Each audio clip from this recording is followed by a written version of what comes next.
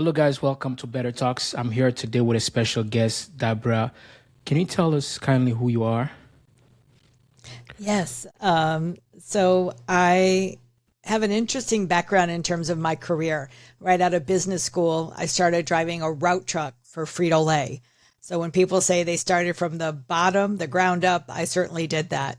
And I spent a decade at Frito-Lay and kind of sales, marketing, operating type roles, and then joined the Coca-Cola company and spent a decade there again in operating and marketing roles.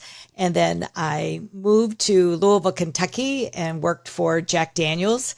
And that's where I got really interested in human behavior and leadership, how we can make better and help create better leaders. So I went back to school to get my doctorate in leader development and org design. And when I graduated, I went to work for Humana, a healthcare company in the United States. And I spent almost 18 years there leading the Leadership Institute and really developing leaders.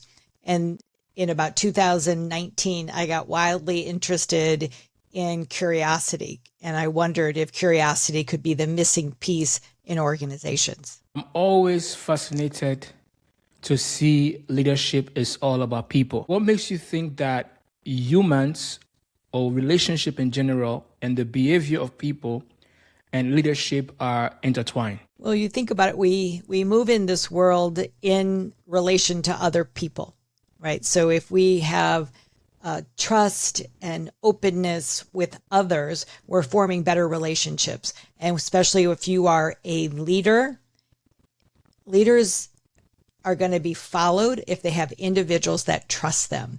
So that's the power of a leader building relationships with others.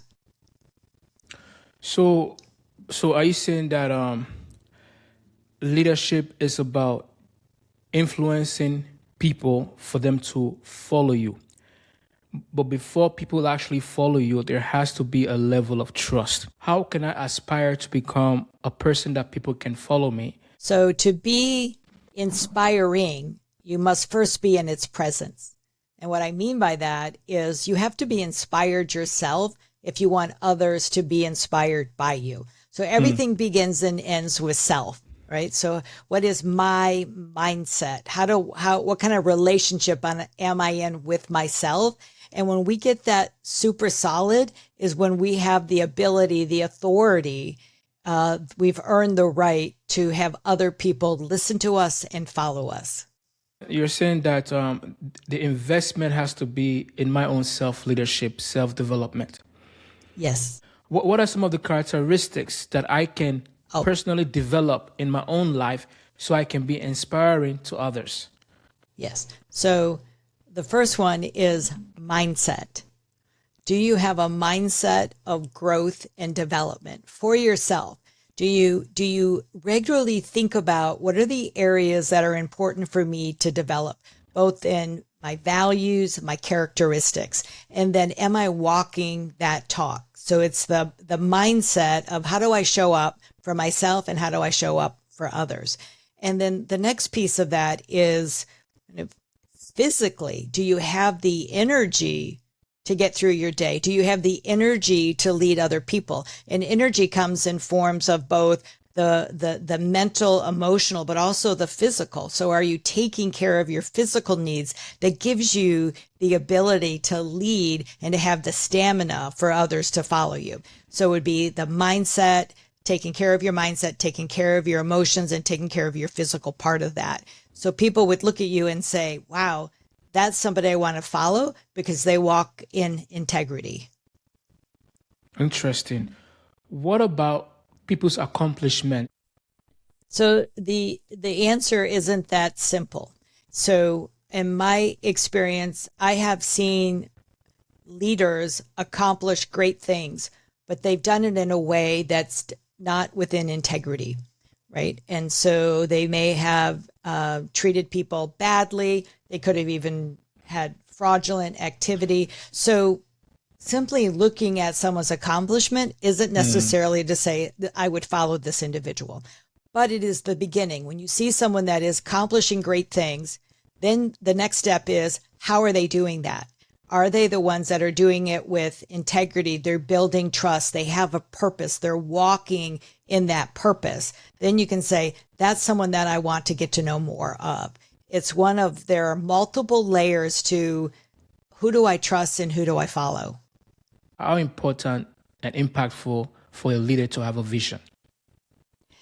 I mean, I think it's essential. I mean, as a CEO, particularly that's the audience that I work with, CEOs have three things they have to get done. They have to communicate the vision, they have to set strategy, and they have to set culture.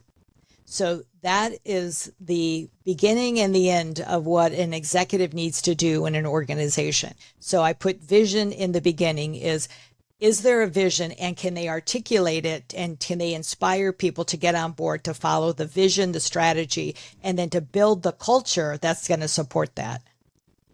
Wow, interesting. Vision, strategy, and culture. Decision making with leaders. Well, you think about it. I mean, you can't have a vision, a strategy, or a culture without making decisions on what are the tactics that are going to bring that to life. So when I work with executives and we're talking about how do we build vision, strategy, and culture, it starts with curiosity, meaning are you asking people their opinions and their expertise in terms of how to get things done? And when you're talking about decision making, if the leader is the only one that is making decisions, you're missing out on so much other fruit that other people could be bringing to the table. So decision making is about bringing other people in that have different perspectives, different experiences. That's when you're making sound decisions, is when others are joining you in that development. I always thought that leaders are people who know it all, who can do it all. Unfortunately, we've done a disservice to leaders that we've been training because we have taught leaders the best leaders have all the answers. And that's just not true. The best leaders have the boldest questions. The best leaders are those that are open to hearing different perspectives. Should a leader display their weakness? When I work with leaders, I encourage them when they are asked a question to say, I don't know. I don't know, but I want to explore it. So let's have a conversation. Or they can say, I have a perspective, but what's really important to me is to get the perspective of others. So you can state your perspective, but this thing of inviting other people in to weigh in on it. When we did our research for my book, The Curiosity Curve, we learned that millennials that make up 35% of the workforce have 65% disengagement. Now, why this is important, 35% of the workforce, that's an important population. But more importantly, these are the individuals that we would be developing to go into senior roles in the next decade. And they're signaling to us, we're not interested. And so we ask them, what's your source of disengagement? Why are you unhappy? And they said, my leader doesn't know me and doesn't care to know me. And we said, you mean like they don't know you personally? They don't know what you like to do outside of work? They said, no, they don't know the expertise that I have that can solve that problem. I'm closest to the problem, but I'm least consulted. Think about that. Wow. People are in that population are saying we can contribute, but we're not being asked to contribute. We're being told what to do. Your book on curiosity, how does that now play a role in changing the narrative? Yes. So in the world of AI now, everybody has answers. If you have a phone, you have a computer, you have access to the internet, you have answers. But it is the leader or the individual that is willing to question the status quo, is to have discernment and judgment in terms of what is the right answer. We might have a couple of answers here, but we need to interrogate it to see, does this fit with our strategy? Is this going to get us to where we need to be? I'm just curious to know how curiosity is a driver of innovation and performance. Yes. So in our research, we did a primary research, and the hypothesis was that curiosity could drive performance. And so I asked the research team, to look at one question. And the question is, what is the relatedness between leadership, performance, and curiosity? 3 months later, they came back and said, wow, how'd you know? There was a direct correlation between performance and curiosity. And I said, 3 decades of working in complex systems led me to think that curiosity might be the missing piece. And I also understood how we were training leaders to have all the answers. And so there is a relationship to performance. There's a relationship to curiosity and innovation. And rarely is innovation created by one individual in their garage. It typically is somebody has an idea and then others begin to build on it. And then you move into execution. Then you move into beta testing. It's when you continuously challenge and asking questions of what would make it better, what's not working. That is the power of innovation and curiosity when they're married. Wow, interesting. We live in a world of AI, and there's so much data, there's so much information. AI can pretty much do all the knowledge work, even manufacturing. What's the key component of leaders in terms of, do you think leaders are still going to need people? Or do you think leaders will utilize AI as a way to lead people? What's your take on that? So AI doesn't replace humans. AI can't replace judgment. It can't replace curiosity. It amplifies it. I see it as a way to accelerate our performance, but it still requires judgment, building relationships and curiosity to understand, is this the direction we need to head? Things that are not tangible, but they are human experience. So you're saying that these are the things that AI cannot replace at all. Understanding human emotions and mindset. It's possible that it can understand emotions. I know when I'm working with AI, I might say, I have a prickly client. This is how I think they're feeling. What would be the best way to approach this and help them get through this? So I think AI can understand emotion. I don't think it feels emotion like humans do.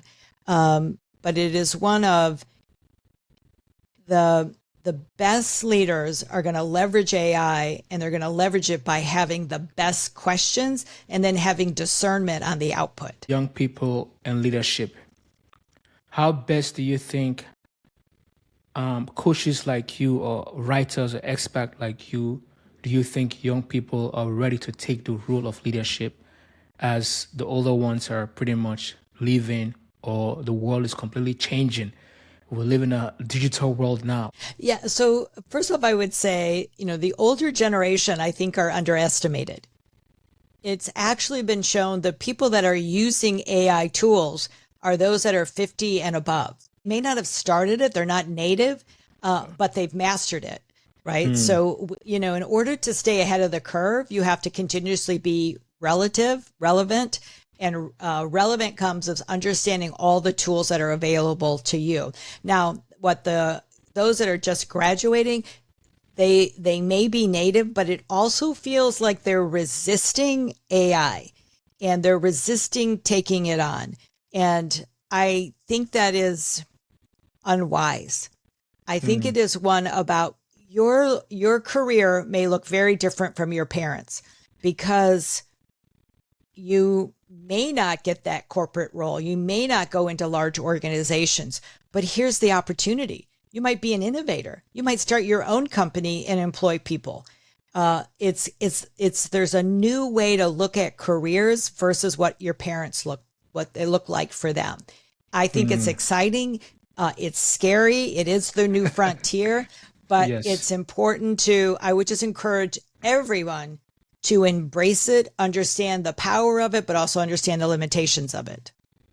Absolutely. Yeah, you're absolutely right. I usually like to ask my guests to share with us 3 transferable skills that you have applied in your business, in your profession, that anyone can utilize for success. First one is going to be curiosity. The ability to ask questions and the ability to continuously evolve when you get new information. So curiosity. The other one is around determination, in the sense that when you set a direction, stay the course. You might make small adjustments or pivots. You might get new information, but be determined that you're on the right path. And then that leads to my last one, which is around know your purpose. Why are you doing the work that you're doing? If you can kindly tell us how the audience can get a copy of your book.